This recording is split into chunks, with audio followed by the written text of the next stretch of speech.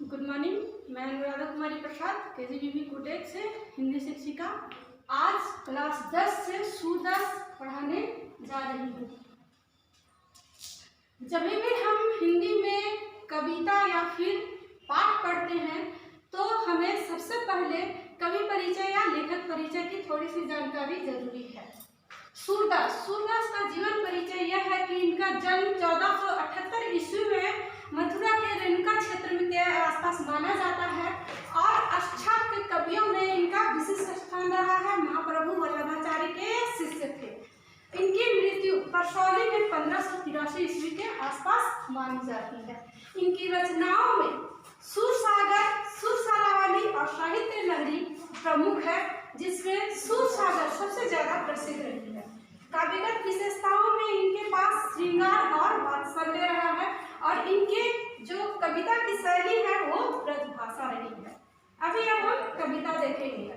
उधव तुम हो अति बड़भागी, अपरस रहत स्नेह तगातै, नाहिन मन अनुरागी, उरैनी पात रहत जल भीतर, तारस देह न लागी, ज्यों जल माह तेल की गागरी, बूंद न ताको लागी, प्रीति नदी में पाऊँ न बोरियो, दृष्टि न रूप परागी, सूरदास अबला हम भोरी, गुर चाटी ज्यों पागी।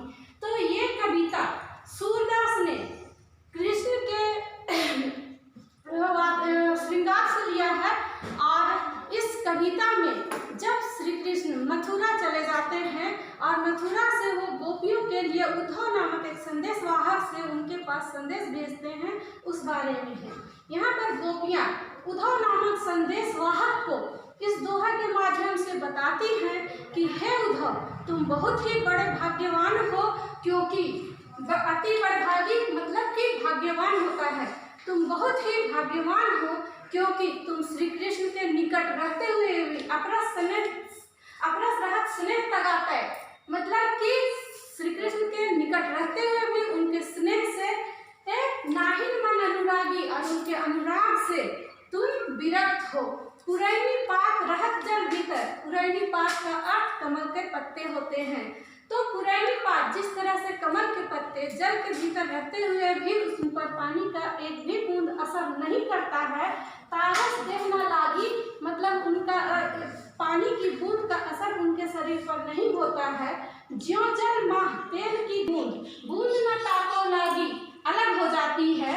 उस प्रीति नदी में पाऊँ न बोरियो, उसी तरह से श्री कृष्ण के इतने पास रहते हुए भी उसके प्रेम में तुम पागल नहीं होकर दृष्टि न रूप परागी, तुम्हारा मोह श्री कृष्ण के प्रति नहीं हुआ है।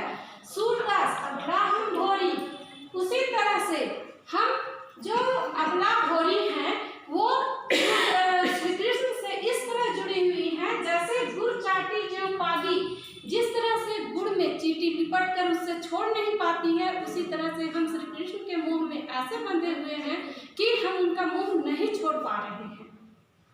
मोह नहीं होना चाहिए, प्रेम होना चाहिए। इस पूरे पद का जब हम एक साथ में भावार्थ लेंगे कि गोपियाँ उद्धव को कह रही हैं कि हे उद्धव, तुम बहुत ही भाग्यवान हो क्योंकि श्री कृष्ण के साथ दिन रात रहते हुए भी तुम उनके स्नेह से, उनके अनुराग से जुड़े हुए नहीं हो। जैसे कि कमल के पत्ते पानी में रहते हुए भी पानी से अलग होते हैं और तेल की बूंद गगरी जो भरी हुई होती है पानी से, उसमें बिल्कुल अलग हो जाते हैं। उसी तरह से तुम श्री कृष्ण के साथ रहकर उनके प्रेम में नहीं डूबे हो, परंतु हम जो अबला भोरी हैं वो श्री कृष्ण के प्रेम में इतनी डूब गई हैं कि हम जैसे गुड़ में चींटी लिपटे हुए होते हैं, उसी तरह से श्री कृष्ण के प्रेम में लिपटी हुई हैं। धन्यवाद। मेरा आज का इस पूरे पद का इस भावार्थ के साथ में यहीं पर इस पहले पद का समाप्त।